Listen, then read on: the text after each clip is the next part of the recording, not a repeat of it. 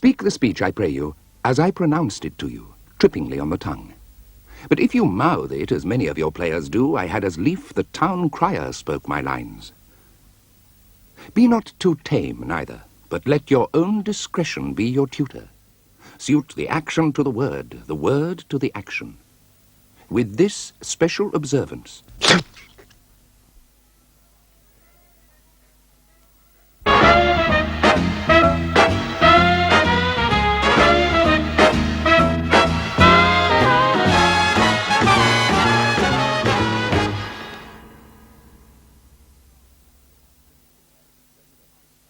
This is the text of Ben Jonson's classic play The Devil is an Ass, after it was altered and extensively rewritten by the playwright Peter Barnes. In his programme note to the play, he wrote, "Adapting an old play is much like restoring an old painting. Time renders certain areas opaque, and words, like protective varnish, go dead. These obsolete words have to be replaced by others of equal precision and force, but whose meaning is clear." When his adaptation was first performed by the Birmingham Rep, it met with considerable success and critical acclaim. However, in May this year, when it came to the National Theatre, Bernard Levin wrote in his Sunday Times Theatre column, "The National Theatre appear to have inaugurated Ben Jonson Bugger the Text Week. No doubt if it is a success, it will become a regular annual feature. Why do obsolete words have to be replaced, and why must opaque areas be cut and retouched? Has Mr. Barnes not entertained the possibility that the opaque areas may be in his own brain?" The following week, Bernard Levin's attack was condemned by three of Britain's leading theatre directors. Trevor Nunn, director of the Royal Shakespeare Company, wrote, "I have no interest in working in the Literary Theatre Museum which Mr. Levin appears to be defining. A theatre concerned with textual integrity at the expense of understanding is dead." Charles Marovitz, director of the Open Space Theatre, wrote, "Pedantry reached new heights in Bernard Levin's supercilious put-down of The Devil is an Ass. If Levin's hands-off-the-classics attitude were heeded, the best productions of the past 20 years would never have come about." Stuart Burge, director of the Royal Court and the play's producer. "Discussing my production, Bernard Levin behaves like an arrogant and conceited child. He must know quite well that a slavish reproduction of Jonson's text would condemn the play to oblivion, possibly for another 3 centuries. I don't think that rescuing Jonson from himself is the task of a producer or of anybody else. If, in fact, it's put on the stage in its original form, and people will come away thinking, well, that wasn't a very good play, was it? They're probably right. But it isn't an any better play when Peter Barnes has finished rewriting it. In my opinion, it was actually a worse play. Don't you feel, in a sense, that you may run the risk of destroying that for which these plays have survived? But what do you mean these plays have survived? I mean, you mean survived in the British Museum or in bookshops or in academic studies. They haven't survived on the stage, unfortunately. I mean, what you're talking about is Shakespeare survived. A couple of odd Websters have survived. Maybe The Alchemist, maybe Volpone.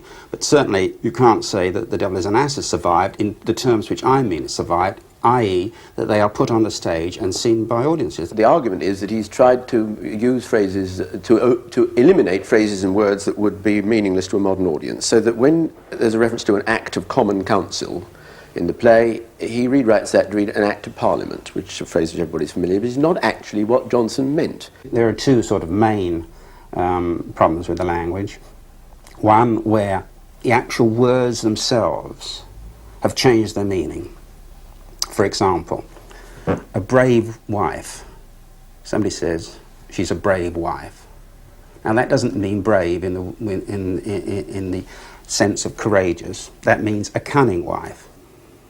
Now, if you left it a brave wife, one whole section of the plot goes for nothing. A middling gossip, Jonson wrote. He takes out gossip and makes it a go-between, a middling go-between. Doesn't mean quite the same thing. What's more, even if it did mean quite the same thing, Jonson wrote the word because that was the word he wanted. Then, on the other hand, there are sort of obsolete words, which I doubt if many people would understand. Thigum, for example, means juggling. Almanac men. Now, what's an almanac man? Well, that means a magician. Now, each individual instance may seem trivial, though in fact much of it was not trivial, because in addition to changing words and phrases, he'd written more material in. He'd actually written passages of his own and shoved them into the play, and some of them stuck out in a rather egregious manner. And the ending, he's completely rewritten the ending. He's added a scene that Jonson did not write. That's the kind of thing I was objecting to. It seems that Sunday Times readers unanimously supported Levin. What's more, they used his piece as an opportunity to attack the whole directing profession, protesting at their cavalier approach to the classics. I'm not trying to suggest that Peter Barnes and co. ought to be hanged, drawn and quartered, but I think that they should not have rewritten the text of a great writer. Now, after all, why is a great writer a great writer? Because he knows his business of writing, and if it's Shakespeare or Ben Jonson or Congreve or Sheridan or Bernard Shaw, they really did know their business, and they wrote the scenes and lines and characters they wrote because that was what they wanted to express. And if you're going to put their plays on the stage, let us at any rate start with their words.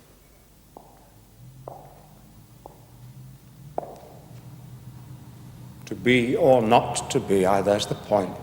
To die, to sleep, is that all? All. No, to sleep, to dream. Marry, there it goes. For in that dream of death when we This awaken rather from the- unfamiliar version of To Be or Not to Be comes from the first printed edition ever to appear of Shakespeare's most famous play, Hamlet. The Bad Quarto, as it is called, was published without Shakespeare's knowledge a couple of years after the play's first performance. Shakespeare never published anything in his lifetime because there were no copyright laws, and it was so cutthroat, the world of the theatre, he couldn't afford to lose his play. And indeed there are pirated editions of some of the plays. So you never wrote the whole play out. You gave each person his own speech, and that was all. And if they played it too many times, one of those actors sometimes could remember all his part and as many of the parts he played with, and he'd pirate a version, somebody else would do it. That meant that somewhere around there was a bookkeeper, a prompt man, and he had it. Now, some of them were rogues and sold them, some lost them, some obviously played them very sensibly, and some have come down to us. Fortunately, the Bad Quarto of 1603 wasn't the only version to come down to us. The year following the printing of the Bad Quarto of Hamlet, there appeared a Good Quarto, another paperback edition, which is very clearly superior to the Bad Quarto. Clearly, in the sense that very often the sense is actually sense instead of nonsense. It sometimes happens in the Bad Quarto. And there is it's much longer, it's a much more coherent version of the play. And the signs are that that edition was printed from Shakespeare's own manuscript, from what is known as his foul papers. Foul papers is simply a term for a dramatist's manuscript. It doesn't mean they're particularly foul, it just means that they're not a fair copy. And the evidence suggests that the Good Quarto of Hamlet was printed from Shakespeare's manuscript, which he presumably turned over to the printers, perhaps because the company felt they really couldn't let this great play be so badly misrepresented as it had been by the Bad Quarto. The collected edition of Shakespeare's plays, the one that every editor starts from, is the first folio of 1623, prepared 7 years after his death with considerable care by two of Shakespeare's fellow actors. But that didn't stop the plays being adapted and changed from the 17th century on. Romeo and Juliet, for instance, was performed with a happy ending. Romeo doesn't drink the fatal potion, and the lovers are reunited at the end of the play. The 18th century, the era of Mrs. Siddons and David Garrick, seen here as Macbeth, saw some of the most radical revisions of the text so far. The stark tragedy of King Lear was too much for an 18th century audience, and so the play's savagery was softened by the poet Nahum Tate, who also provided a new conclusion. The saintly Cordelia isn't murdered at the end of the play, she marries the juvenile lead. Lear doesn't die either, and the character of the fool is removed altogether. Not only did the public approve of this, it was endorsed by the greatest critic of the age. Dr. Johnson wrote, I was many years ago so shocked by Cordelia's death that I know not whether I ever endured to read again the last scenes of the play. In the present case, the public has decided. Cordelia, from the time of Nahum Tate, has always retired with victory and felicity. In the 19th century, the plays were boldly refashioned to spotlight a new generation of romantic actors like Edmund Kean. The great actor-managers of the age, like Henry Irving, dropped subplots and removed characters altogether to provide themselves with better leading roles. By the turn of the century, with elaborate sets and electric lighting, not to mention a cast of thousands, the texts were often completely submerged to satisfy the vogue for spectacle. The text of a play is only the surface of the play, that as a result of the passage of time, a classic has become an accumulation of received ideas and associations which every generation have put upon the play. Charles Marowitz has made his name by cutting up Shakespeare and rearranging the pieces. Productions like The Marowitz Merchant of Venice, Othello, Macbeth, and The Taming of the Shrew aim to reveal new ideas beneath the surface of familiar texts. The knowledge, the familiarity that so many people have of the plays is the most useful thing that a modern director has. Because you go in to see a play called Romeo and Juliet, or Othello, or Macbeth, and when you walk into the theatre, you have with you an historical expectation. You know what you are going to see, because you've read it, it's been drilled into you in school and university, it's generally and collectively understood and known. If then you come into the theatre and you get a radically different response, if your expectation is frustrated, you then have what I would call a theatrical experience. Speak the speech, I pray you, as I pronounced it to you, drippingly on the tongue. But greatly to find quarrel in a straw with honor. Saw the air too much with your hand, thus use all gently.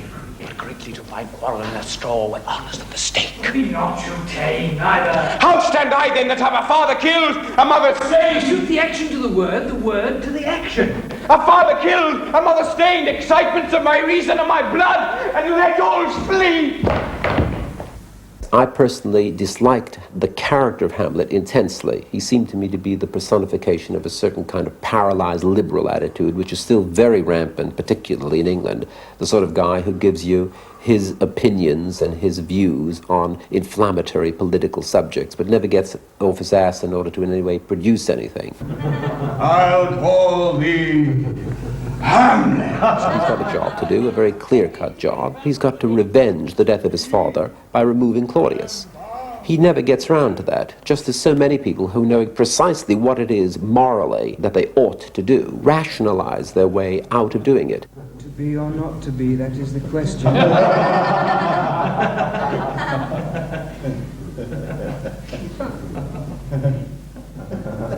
The play's the thing wherein I'll catch the conscience of the king.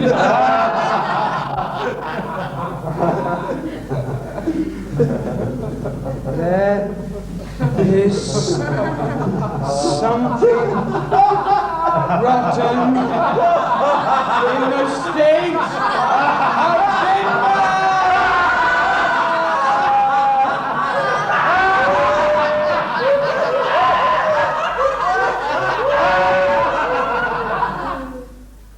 If you imagine Shakespeare to be a great big precious vase, that's to say Shakespeare's Hamlet, to be this great big precious vase which had been handed on generation after generation, if you can imagine smashing that vase into 1,000 little pieces and then taking all of those pieces and stitching them together into a completely new design and saying, could these pieces of that classic still give an impression and an idea of what was going on in the original play in this new form? That was the object of the exercise. I don't think there's anything to be said against what Charles Marowitz does. I would not choose to do it because that sort of work doesn't interest me. What interests me is, in fact, the interpretation of the text as I found it. There's no point taking the Rosetta Stone and breaking it up. The interesting thing is to try and decipher it. A great work from the past has got a certain hospitable vagueness about it, which invites interpretation. Jonathan Miller's King Lear, like most of his productions, achieves its insight not through adaptation, but by playing deliberately against traditional interpretation of the characters and the text. People sometimes say that directors introduce certain innovations for the sake of novelty, and some directors shy away from this accusation. I would actually take it head on and say, yes, of course, that's why I do it. Novelty is part of the purpose of the enterprise. Not in order to draw attention to one's self, but in order to draw attention to the work. there's no point simply endlessly reproducing it. It's not like a religious service in which monotony is the essence of the enterprise. And I think that when I made certain departures from the accepted tradition of representing certain characters, I did so partly because I wanted to rub up the nap on the surface of the play to make it visible once again, and also because I was dissatisfied with the traditional representation. You see, for example, take the Fool. The Fool has traditionally been represented, first of all, as a young boy, as a rather whimsical, wise child. When I've always found this rather coy, there's a characteristic posture associated with it. He sits coyly at the feet of Lear, glancing obsequiously upwards at him, often hands bent behind, and often with a high-pitched voice shouting "Nuncle." Now, I find this offensive. I find it coy and sentimental.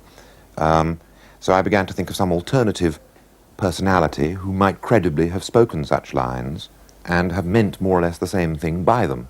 Can't you tell why one's nose stands in the middle of one's face? No. To keep his eyes on either side of his nose. I rather like the idea of placing together two old men, one who was a fool by nature and one who was a fool by his role and status, and to show that the folly of one was the wisdom of the other, and vice versa. Shall forget my nature. So kind of father. Be my horses ready? My asses have gone about them. The reason why the 7 stars are no more than 7 is a pretty reason. Because they're not 8. Yes, indeed. Thou wouldst make a good fool. Take again perforce. Monster ingratitude. If thou wert my fool, Nuncle, I'd have thee beaten for being old before thy time. How's that?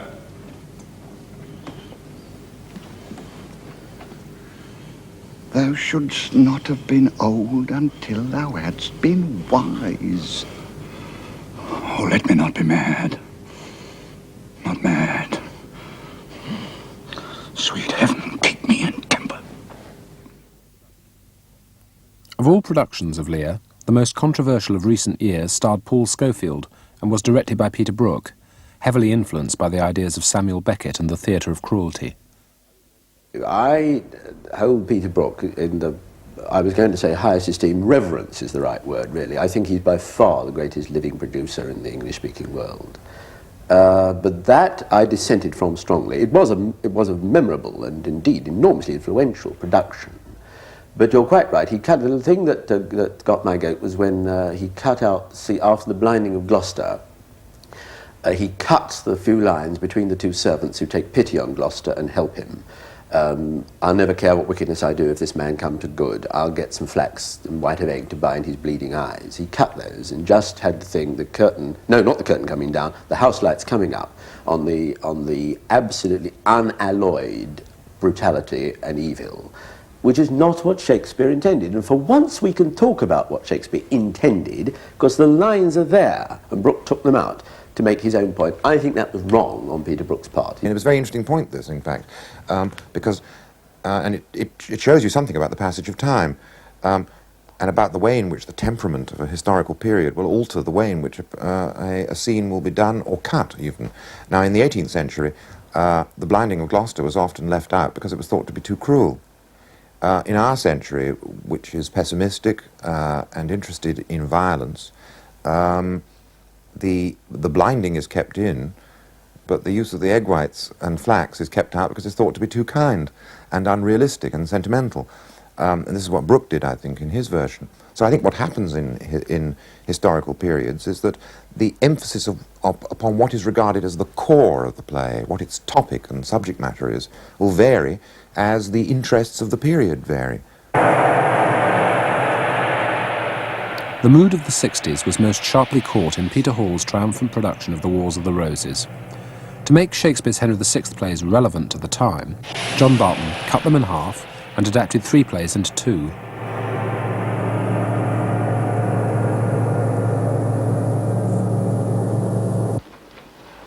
My lords, of all the cares that tend upon our crown, that which hath grieved us most until this hour hath been that very instrument of order which was devised for our chiefest comfort, I mean this council board, which should have been the prop and centre of our government, but which, by cruel dissent and emulation, hath bred 1,000 still lamented sorrows within my kingdom and my unquiet soul. All this fine early period Shakespeare is, in fact, middle period John Barton, seen here in italics.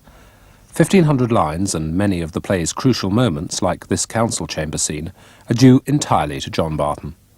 Don't you feel at that point, in the central imagery of the play, that actually you've taken over from Shakespeare, that it really has become your play rather than his? Yes, I think that the introduction of the council board and the King's Council as a focal point was the biggest insert, the biggest addition we made, no doubt about it, because none of that's in Shakespeare at all. If York have ill-demeaned himself in France, then let him be denied the regentship. And it's very much the point at which simply turning 3 plays into 2 gives way to some subjective artistic urge on my part that led me to invent the council table. These are no woman's matters. If he be old enough, what needs your grace to be protector of his excellence? If the king bids me, I resign my place. Resign it then, and leave thine insolence. Well, to the matter that we have in hand. By my advice, York is the meetest man. Before we make election, give me leave to show some reasons of no little force why York is most unmeet of any man. I'll tell thee, Suffolk, why I am unmeet. First, for I cannot flatter thee in pride. Next, if I be appointed for the place, my Lord of Somerset will keep me here, without discharge, money, or furniture, while France is yielded into Frenchmen's hands. Peace, headstrong. Why shall I hold my peace? Come, leave these jars, and let the king resolve who is most meet to rule for him in France. The fact of changing the text and cutting it and shortening it and bringing in other characters from time to time didn't matter so very much. What mattered was the point behind the play. You were always being nudged in the ribs and told how despicable and corrupt these characters were. And a lot of them, as written, are despicable and are corrupt, but they were never allowed to hang themselves with their own rope. And this became a convention remarkably quickly. You knew as soon as a politician or a baron or anybody stepped on stage and adopted this new, peculiar, cold, sneering, detached tone that became typical of Shakespearean verse speaking in the 60s, particularly at Stratford, you knew that he was a man not to be trusted. For now, the House of York, thrust from the crown by lofty, proud, encroaching tyranny, burns with revenging fire, whose hopeful colours advance his half-faced sun, striving to shine. 'Twas I that made his spring, and now his summer shall flourish by my means and my direction. Then, since I may no longer sway the council, 'tis swords must now uphold my policies. Then, York, be king and prosper as you may. Whate'er befalls, 'tis I shall bear the sway. The RSC is currently performing the original uncut Henry VI plays, directed by Terry Hands, and the result is a sharp contrast with the 60s power politics of the Barton Hall era. Quite often one doesn't recognise the values of a play until the epoch changes or the decade changes.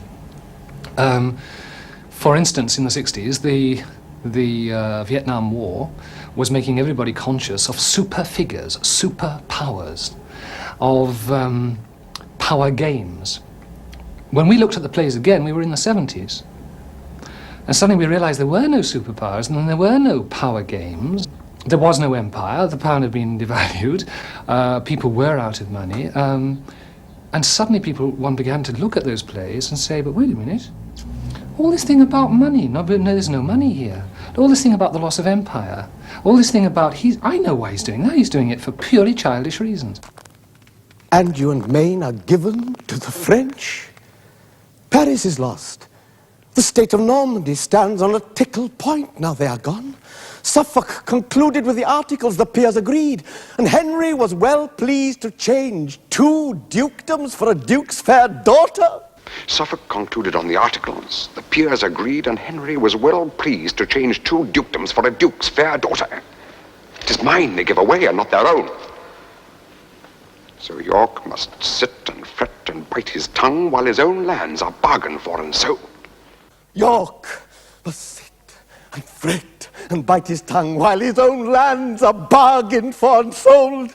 Methinks the realms of England, France, and Ireland bear that proportion to my flesh and blood. Anjou and Maine, both given to the French. A day will come when thou shalt claim thine own. Watch thou and wake while others be asleep, to pry into the secrets of the state. And when thou spiced advantage, claim the crown. Then will I raise aloft the milk-white rose, with whose sweet smell the air shall be perfumed, and in my standard bear the arms of York, to grapple with the house of Lancaster. And force perforce, I'll make him yield the crown, whose bookish rule hath pulled fair England down. And force perforce, I'll make him yield the crown, whose bookish rule doth pull fair England down. Had we done them full, as they are now in the 60s, it might have been a disaster, and I know if we did the Wars of the Roses now, it would be a disaster. I'm sure of it. Why do you say that? Because I've read them. And the crudities and simplicities and jumps and changes would lead a modern-day audience to look at it, I'm absolutely convinced, and say this is much too simplistic. I do not believe in that James Bond figure. Where is the motivation? There's too much event. I think I'm absolutely torn down the middle about it. I say I would like myself to have a go at doing the original, so in that sense I'm going against my own adaptation. On the other hand, I thought, seeing them again recently, I was justified in doing what I'd done 10 years ago, so I think one has both attitudes. The Royal Shakespeare Company in the 60s was the spiritual home of directors' theatre, but there were some who thought directorial licence had gone too far. I felt, after I left the Royal Shakespeare Company in the sort of early 60s, that maybe theatre production was moving far too far in the direction of directorial and design overtones, particularly with Shakespeare. I felt that a lot of people getting ideas about how the plays ought to work and trying to impose theories onto the plays, Freudian theories or political theories onto the texts, that quite often I didn't think, and I'm sure a lot of other people didn't think so too, that it was doing the plays any service. George Massel's formula for doing service to Shakespeare is to get back to the original staging. Using as a basis the only surviving contemporary sketch of a Shakespearean stage, he has converted an old church in Tufnell Park into a shrine to the unembellished text and to actors' theatre. What one tries to do is just get a company of people together and let them communally interpret it. In other words, you get as many interpretations almost as there are people within the confines of the play. I mean, the plays are not that complex. They deal with certain aspects of humanity. I mean, my own personal belief is that Shakespeare has put the human condition into dramatic form better than anybody before or since. And I think we owe it to him as a genius and as a great poet and playwright that we really examine his text with all honesty and without any preconceived ideas. Because the focus here isn't on a directorial interpretation, it's on the concept, which is to do the plays in this space and as Elizabethan pieces, and the actors then learn the parts and play them as they want to play them. Plague of both your houses! Fools! Oh, a dog, a rat, a mouse, a cat, to scratch a man to death! Rogue, braggart, a villain that fights by the book of arithmetic! Why the devil came you between us? I was hurt under your arm! You thought all for the best! Help me into some house. Benvolio! Or I shall faint. A plague of both your houses.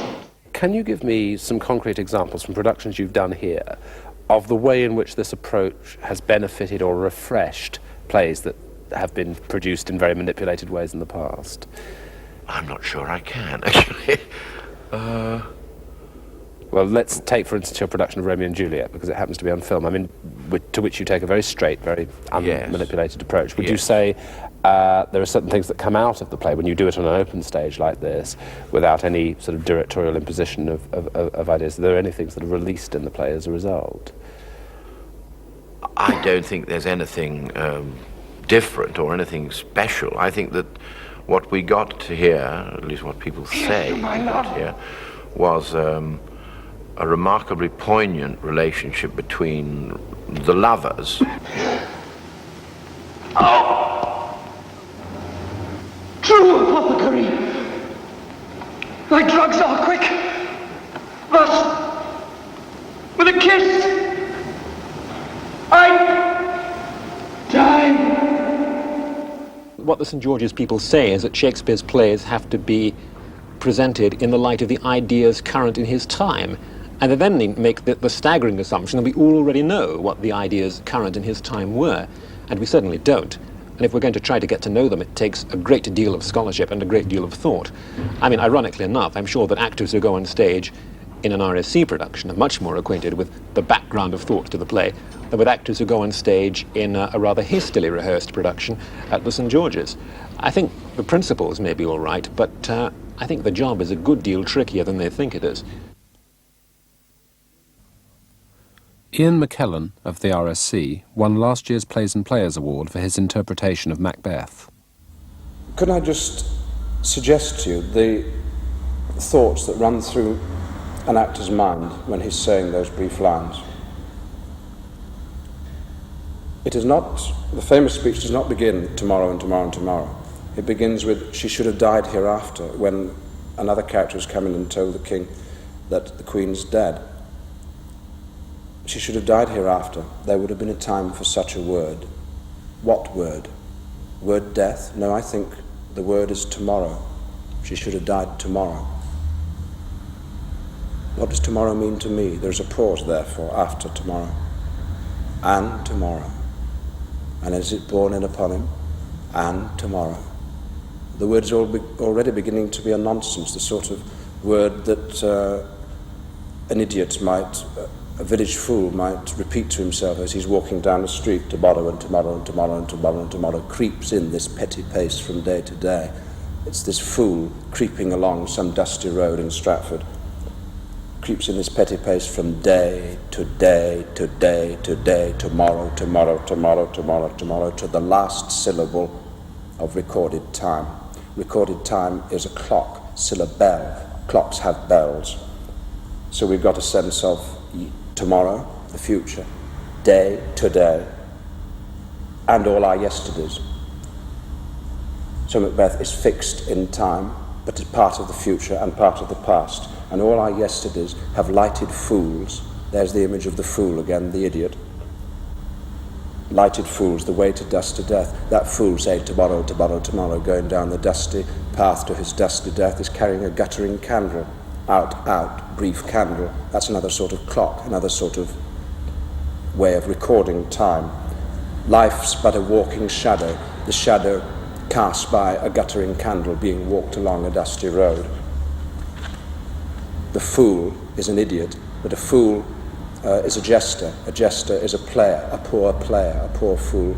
The complications, therefore, within the word fool is now linking with that idiot with the candle who was saying tomorrow and tomorrow, and the fool on the stage that struts and frets his hour, we're back with time, upon the stage. And as the actor says that, he is not referring to any other actor necessarily, he's referring to himself.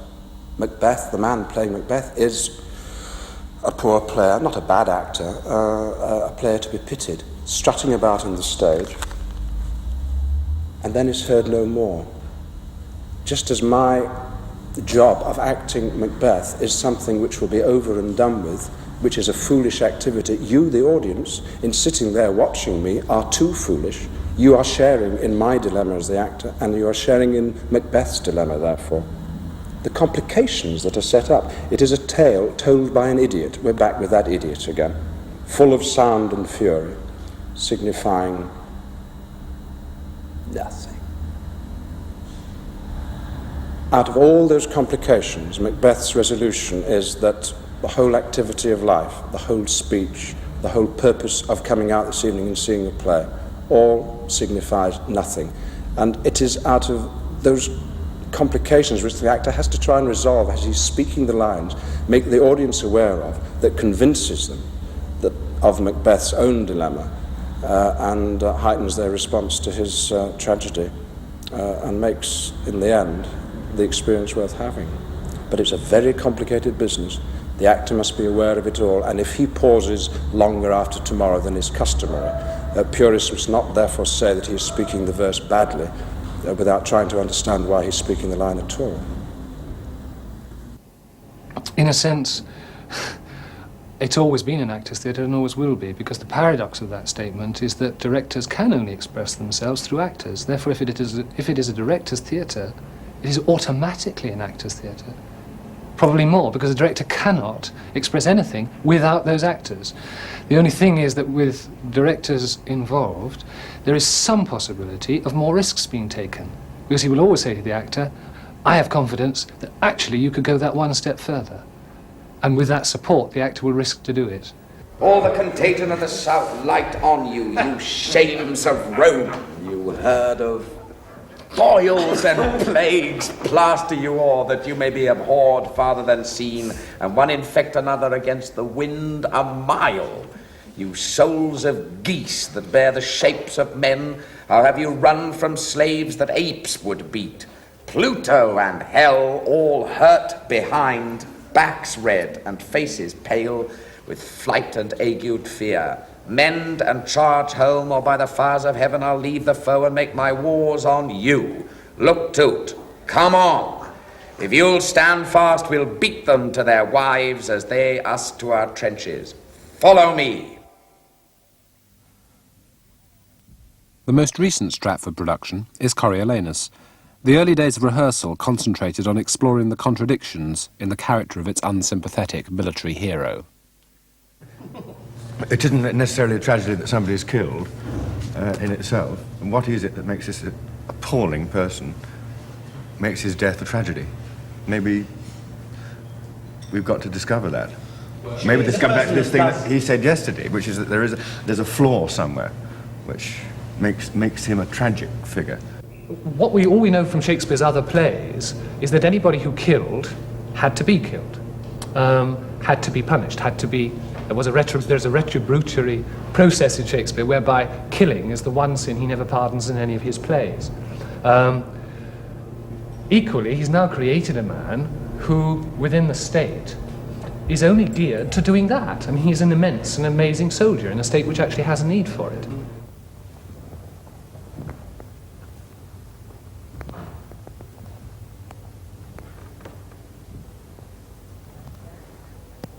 Let them pull all about mine ears, present me death on the wheel, or at wild horses' heels, or pile 10 hills on the Tarpeian rock, that the precipitation might down stretch below the beam of sight.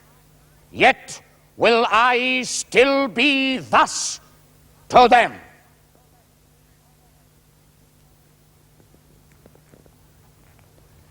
I muse, my mother does not approve me further, who was wont to call them woolen vassals, things created to buy and sell with groats, to show bare heads in congregations, to yawn, be still, and wonder when but one of my ordinance stood up to speak of peace or war.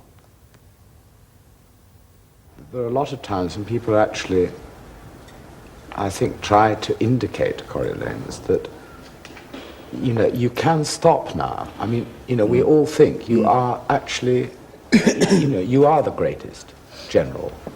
But he's gone totally single-handed into a city, one city, etc., comes out and is still not fulfilled, or still won't accept that he has done an amazing feat.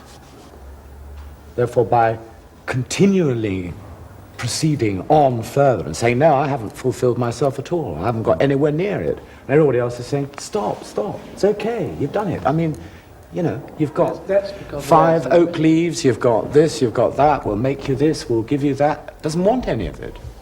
And that always disturbs society, because they don't know how to reward that kind of business. The person rejects the reward, says, no, I don't want that. That is offensive to society, because they they cannot then actually control that person. Most sweet voices. Better it is to die, better to starve, than crave the hire which first we do deserve. Why, in this wolvish togue, should I stand here to beg of Hob and Dick that does appear their needless vouches? Custom calls me to't. What custom wills in all things should be do't. The dust on antique time would lie unswept, and mountainous error be too highly heaped for truth to appear. Rather than fool it so, let the high office and the honor go to one that would do thus. Oh, I'm half through. The one part suffered, the other will I do. Here come mo voices. For your voices I have fought, watched for your voices bare of wounds 24 odd, battles thrice 6 I've seen and heard of, for your voices done many things, some less, some more. Your voices, indeed I would be consul. How do you begin to make all those complexities that you feel and see as an actor meaningful to the audience? Yes, it is very difficult. I think that one has to have a huge confidence and not worry about the question of inconsistency, because I think that the faster you move from one particular emotional or intellectual feeling or idea, the more you're going to get this sense of complexity, and yet it's not going to detract from the whole. See, very often when one plays these plays, one plays them abroad, in countries where no English really is spoken, or very little. I remember once speaking to a Hungarian, I think, I said, well, it must have been very confusing for you. And he said, well, no, not altogether. I mean, there were some words that I understood, and they gave me a little bit of... but in the moments when I didn't understand the actual words, he said, it's like a waterfall or any natural phenomenon. And that although I know that a waterfall is made up of billions and billions and billions of particles of water, there's no way in which I can actually cope with recognizing this and wondering about what each interaction is. But the whole spread of the waterfall is something that, which if one sees oneself, is has a sort of extraordinary apprehension rather than perhaps detailed comprehension. And I think that's the way often in which Shakespeare tries to use it, because it brings in all those other qualities. What thou seest when thou dost wake, do it for thy true love take. Love and languish for his sake, be it ounce or cat or bear, pard or boar with bristled hair, in thine eye that shall appear. When thou wakest, it is thy dear. Wake when some vile thing is near.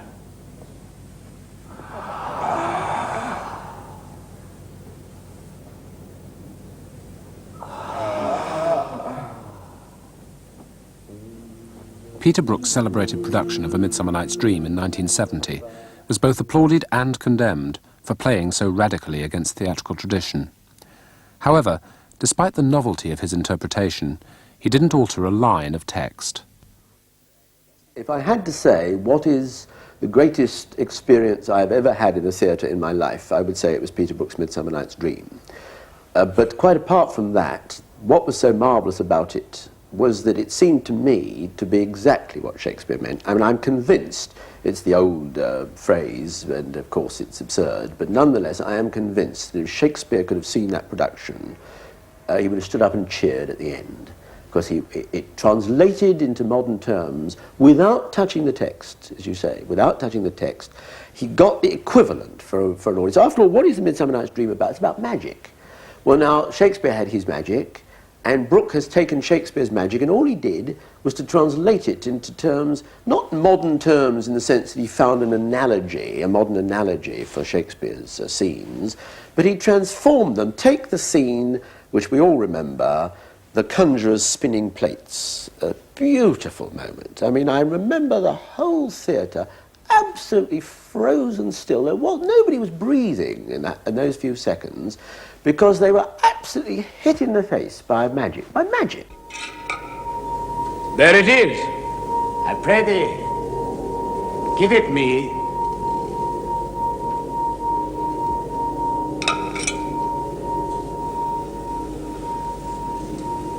I know a bank where the wild thyme blows, where oxlips and the nodding violet grows, quite over-canopied with luscious woodbine, with sweet musk roses and with eglantine. There sleeps Titania some time of the night, lulled in these flowers with dances and delight. And there the snake throws her enamelled skin, weed wide enough to wrap a fairy in. And with the juice of this I'll streak her eyes and make her full of hateful fantasies. What is this magic that Shakespeare as a grown man is affirming? Shakespeare's affirming magic. We want to hear him. We can only hear him with our 20th century selves. The first way to do that is to get rid of what we at least know to be false magic, or what's the word in the Tempest, rough magic. So we say the magic that is based on darkness, on scenic illusion, magic to a degree, but we get rid of that. Magic that's based on pretending things are other than they are, we get rid of it. We start with a brilliant white light, a white background, and all the elements clearly seen.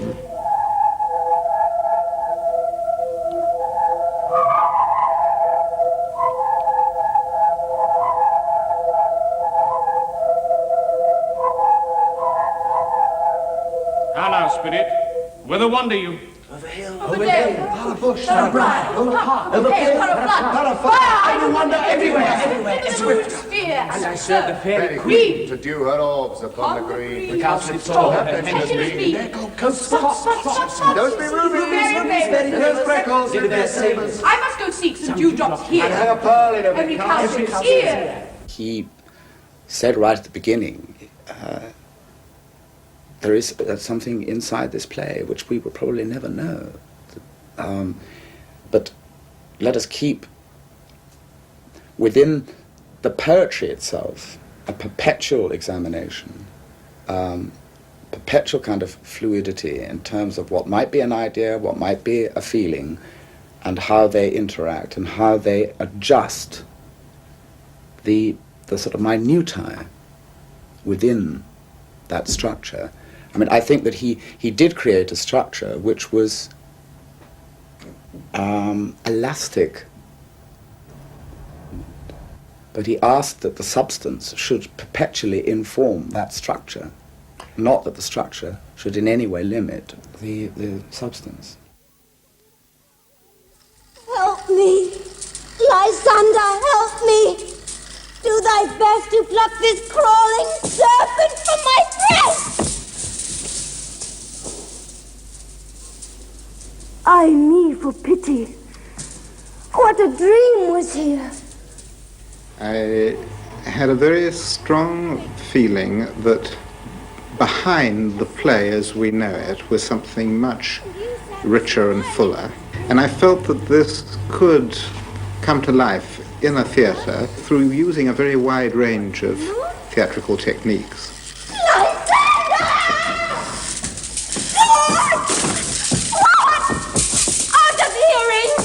So that in rehearsal, we'd arrived at this white box and a lot of possibilities. the excitement of rehearsal is coming with open possibilities that then grow and develop through the collaboration with the actors. Here, villain! Drawn and ready! Where art thou? I will be with thee! Stay! Follow me then to plainer ground! I said, speak again! Thou run away, thou coward! Art thou fled? Speak! In some bush? Where dost thou hide thy head? Thou coward! Peter Brook's depredation of the Midsummer Night's Dream reopened it and gave it a lease of life which it might never have had had that not been imposed on it. People can say, oh, well, good heavens, that is to belittle Shakespeare. It's not. It is to describe the biography of art in general, that works of art necessarily, unless they are susceptible and open to vandalism, they have no chance of living. Their immortality is given to them by being open to assault. It's a curious paradox, but I think a necessary one. In fact, if you took your hands off the classics, you would probably have no eyes upon them